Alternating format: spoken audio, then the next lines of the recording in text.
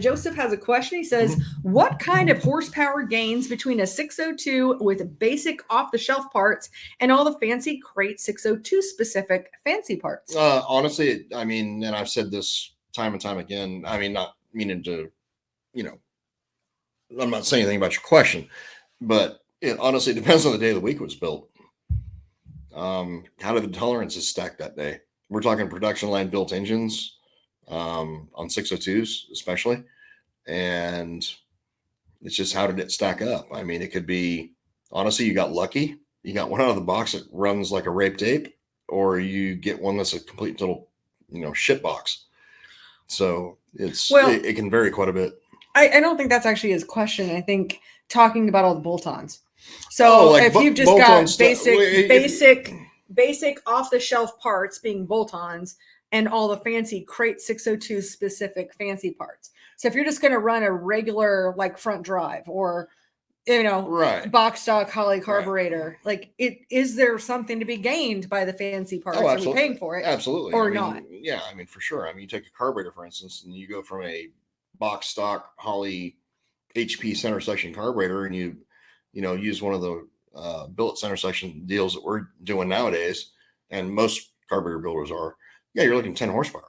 Mm-hmm. I mean, back to back, those two compared to each other. Mm-hmm. You look at headers. I mean, headers are a huge deal. All that makes a difference. Carburetor spacers, any of the external stuff. And I ain't trying to promote you or me or whatever, but anything that normally that we recommend is stuff that we know for a fact actually makes power. I mean, is all that add up to you're going to make 100 more horsepower? No, it doesn't. Because usually when we're making a recommendation, we're comparing product back to back. Right. Not overall, this is what we're going to gain. Right.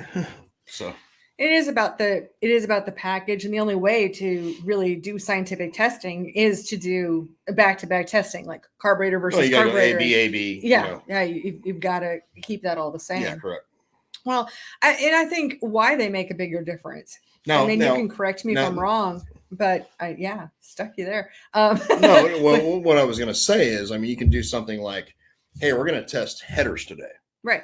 But we're using a box stock Holley carburetor. Mm-hmm.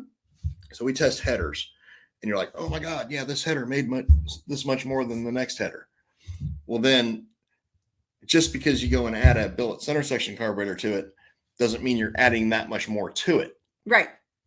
Does that make sense? Well, it's the law of diminishing returns. Because, I mean, you see that all the time. All the snarky bastards who hate Crate engines and everything else. They're like, oh, if I had, gosh, if I just added up everything that everybody claims you can get, I'd have 100 more horsepower. No, that's just not how it works. Yeah. No, it's not, because it's not additive. It is the package. But why the things are important is because we do have a lower horsepower application. Correct. And so we're not able to make up for it in other ways. No. And so we're trying to get every little bit out of it. Look at go-kart racing with the Briggs and Stratton. I mean, you're looking for 1/10 of a horsepower. Yeah. Yes.